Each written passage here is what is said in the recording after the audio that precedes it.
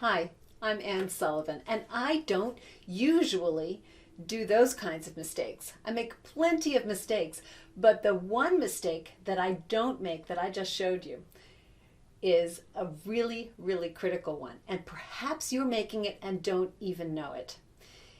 One of the things that I find stops more people in their tracks is starting from the beginning. I know, you're saying, okay, pieces of music have a beginning and that's where you start, and that's very true. But how many times has it happened that you're playing along and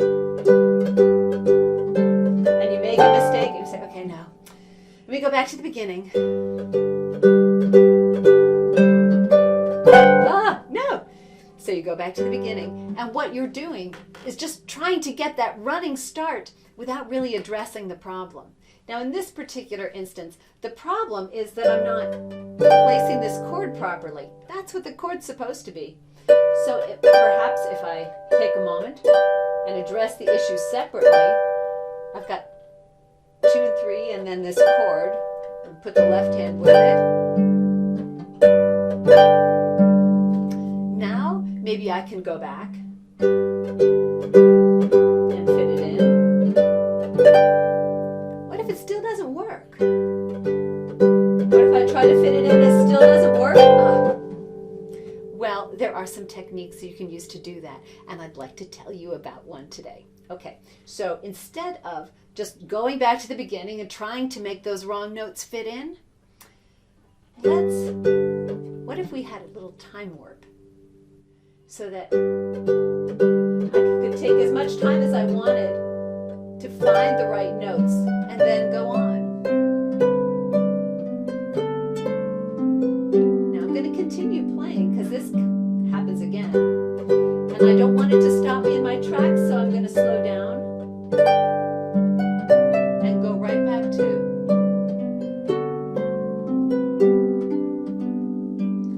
So what I've done is create a little bit of a time warp. I've slowed down.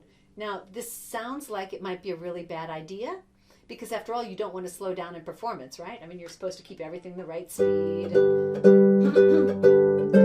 not do this sort of tactical slow down that just to play the right notes. So how are we going to use this properly as a practice technique that's going to get us the results we want? Well, one of the things that happens is if you keep making a mistake repeatedly, the way I did at the beginning of this video, is that you start to clench. Your insides start to clench a little bit, and you worry. You worry that, okay, it's coming up. I've got to get it, gotta get it. Oh, I missed it. So what we want to do is get rid of that clench. Get rid of the flinch, that like, oh, it's coming, and just relax about it. Especially if you've practiced it and you know you can play it, then let's just make it possible to actually play it well. So by putting in that little bit of time warp,